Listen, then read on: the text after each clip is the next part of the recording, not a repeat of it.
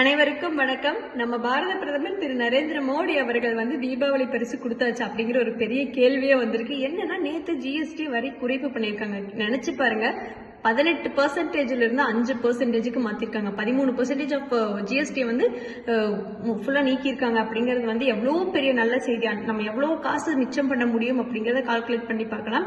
ஏன்னா நம்ம என்னென்ன பொருட்கள் எல்லாம் அன்றாட வாழ்க்கையில ரொம்ப அத்தியாவசியமா பயன்படுத்திட்டு இருக்கோம் அப்படிங்கிற மாதிரியான பொருட்கள் தான் ஜிஎஸ்டி கம்மியா இருக்கு. பால் சார்ந்த பொருட்கள், எண்ணெய் சார்ந்த பொருட்கள், பேரிச்சம்பழம், அந்த மாதிரியான சத்தான உணவுகளுடைய பொருட்கள், விவசாயம் சார்ந்த உரம், அந்த மாதிரியான பொருட்களோட ஜிஎஸ்டி வரி கம்மி பண்ணியிருக்காங்க.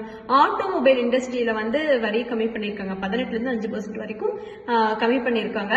இது எல்லாத்துக்கும் தெரியும். நீங்க தானே ஜிஎஸ்டி கொடுத்தீங்க, இப்ப ஜிஎஸ்டி நீங்களே கொடுத்துட்டு நீங்களே கம்மி பண்ணலாமா அப்படின்னு கேட்கலாம். நம்ம பாரத தேசம் எவ்வளவு பெரிய நாடு. இந்த உலகத்திலே நம்ம தான் பாப்புலேஷன்ல அதிகமா இருக்கும். இவ்வளவு பெரிய ஜனநாயக நாட்டுல அத்தனையும் வழிமுறைப்படுத்தணும் அப்படிங்கிற ஒரு நோக்கத்தோட கொண்டு வந்தது இந்த ஜிஎஸ்டி.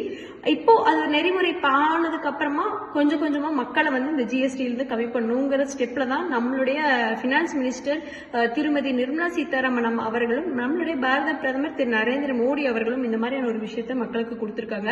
எனக்குமே நம்மளுடைய பாரத தேசத்துடைய முக்கியம் மட்டும்தான் பாஜக அரசோட நோக்கமா இருந்திருக்கு.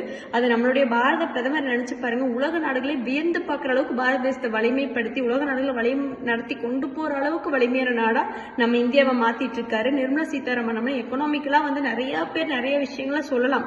ஆனா இவ்வளோ பெரிய எக்கானமி கொண்ட நம்ம பாரத நாட்டை வலிமை வாய்ந்த நாடா கொரோனாக்கு அப்புறமா கூட நலிவடைஞ்சு போகும். எத்தனையோ கண்ட்ரீஸ்ல எக்கனாமிக்கலா டவுன் ஆகி போன டைம்ல கூட நிறைய விஷயங்களை பண்ணி நம்ம டவுனே ஆகாம எகெயின் கொஞ்சம் ஒரு பேக்கப் கொடுக்கற அளவுக்கு எல்லா விஷயத்தையும் பார்த்து பண்ணியிருக்காங்க. இந்த ஜிஎஸ்டியும் அந்த மாதிரி ஒண்ணுதான். வழிமுறைப்படுத்துறதுக்காக கொண்டு வந்த ஒரு திட்டம் வழிமுறை ஆயிருச்சு. படிப்படியா ஜிஎஸ்டி வரிகளை கம்மி பண்ணிட்டு வராங்க.